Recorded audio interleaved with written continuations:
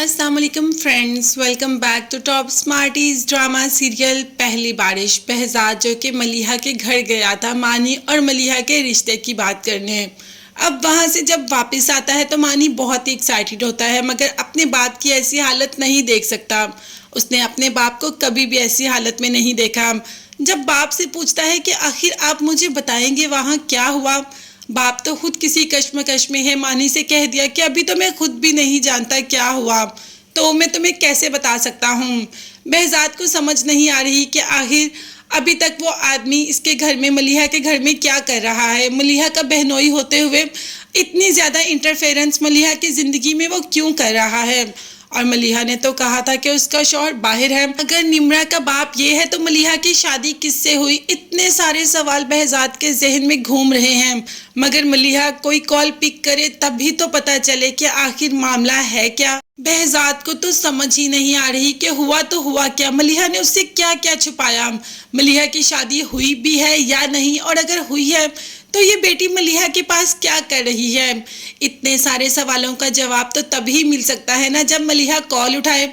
अब मानी तो अपने बाप की ऐसी हालत बर्दाश्त ही नहीं कर सकता। फौरन से पहले निम्रा को कॉल कर दिया और कह दिया कि जैसे तुम्हारी माँ ने मेरे बाबा को धोखा दिया वैसे ही तुमने मेरे साथ किया।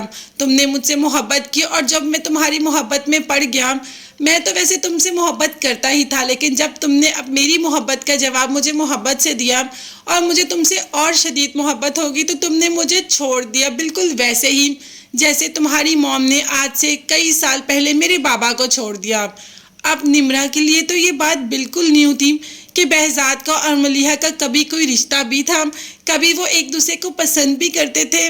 अभी तो उसने अपनी माँ से कुछ भी नहीं पूछा कि उसकी अपनी माँ आ जाती है और मलिहा से कह देती है कि जैसे तुम निम्रा को बनाना चाहती हो वैसे बिल्कुल भी नहीं होगा।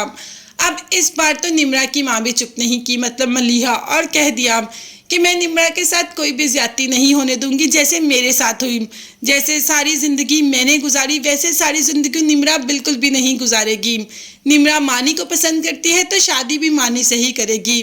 अब माँ का बस नहीं चल रहा था, निम्रा पर हाथ उठाते उठाते रह गई और वहाँ से गुस्से से चली जाती है। माँ भी मजबूर है, बाप ने ही तो भेजा कि जाओ अपनी बहन से और अपनी बेटी से बात करके आओ। दूसरी तरफ दादो भी बात करने आ गई मानी से कि चलो मैं तुम्हारे साथ जाती हूँ तुम्हारा रिश्ता लेने के लिए, जिस पर मानी का कहना था कि वो इनकार कर देंगी। अच्छा, इनकार करेंगी तो तुम्हारे बाप और तुम्हारी माँ की तरह वापस नहीं आऊँगी, उन्हें सुना कर आऊँगी, तुम बस मुझे उनका नंबर दे दो, पहले मैं कॉल पे बात करती हूँ। तब दादी को पता चलता है कि निम्रा जिसकी बेटी है वो कोई और नहीं मलिहा है, इसीलिए तो मलिहा को कॉल कर देती है।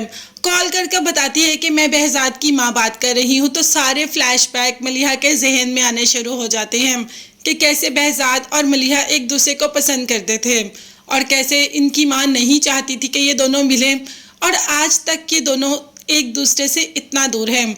और आज उसी ने फ़ोन कर दिया अपने मानी के लिए मलिहा को दोबारा और कह दिया कि बहजाद की माँ हूँ।